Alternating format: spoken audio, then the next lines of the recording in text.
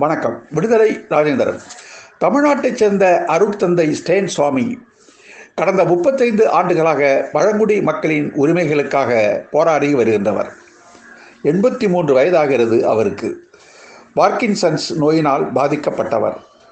ஆனாலும் உரிமை போராட்ட களத்தில் தொடர்ச்சியாக நின்று கொண்டு இருக்கிறார். அவரை இப்போது இந்திய தேசிய புலனாய்வு அமைப்பு ஊபா என்ற கொடூரமான ஆழ்தூக்கி சட்டத்தின் கீழ் கைது செய்து சிறையிலே அடைத்திருக்கிறது. என்ன காரணம்?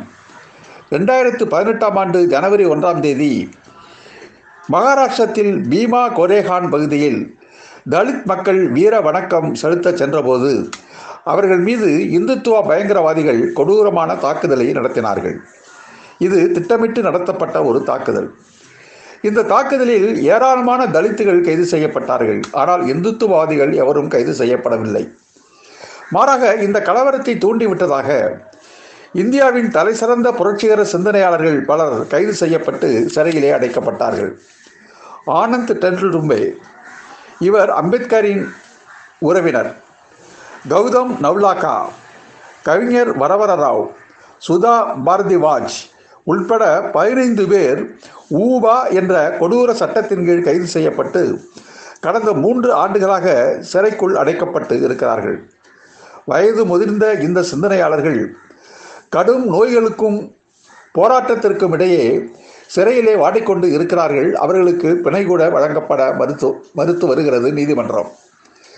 இப்போது 3 ஆண்டுகளுக்கு பிறகு இதே வழக்கில் ஸ்டேன் சுவாமி அவர்களையும் இணைத்து கைது செய்திருக்கிறது நடுவணாட்சி. இந்த ஒடுக்குமுறையை எதிர்த்து இன்று சென்னை சாந்தோ மேல்நிலைப் பள்ளியில் மாலை 4 மணி அளவில் கண்டன கூட்டம் ஒன்று ஏற்பாடு செய்யப்பட்டு இருக்கிறது.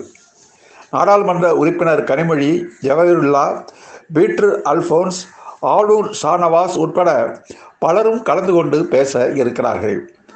முசோலினி, ஹிட்லர் காலத்தில்தான் சிந்தனையாளர்களை கண்டு நடுங்கினார்கள், அவர்களை கடுமையாக ஒடுக்கினார்கள் என்று வரலாறுகளை நாம் படிக்கிறோம்.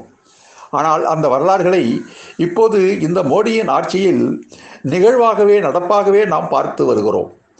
83 வயது முதியவரை, அதுவும் பார்க்கின்சன்ஸ் நோயினால் பாதிக்கப்பட்ட ஒருவரை பயங்கரவாதி என்று கூறி சிறையிலே அடைத்து வைப்பது எவ்வளவு பெரிய கொடுமை!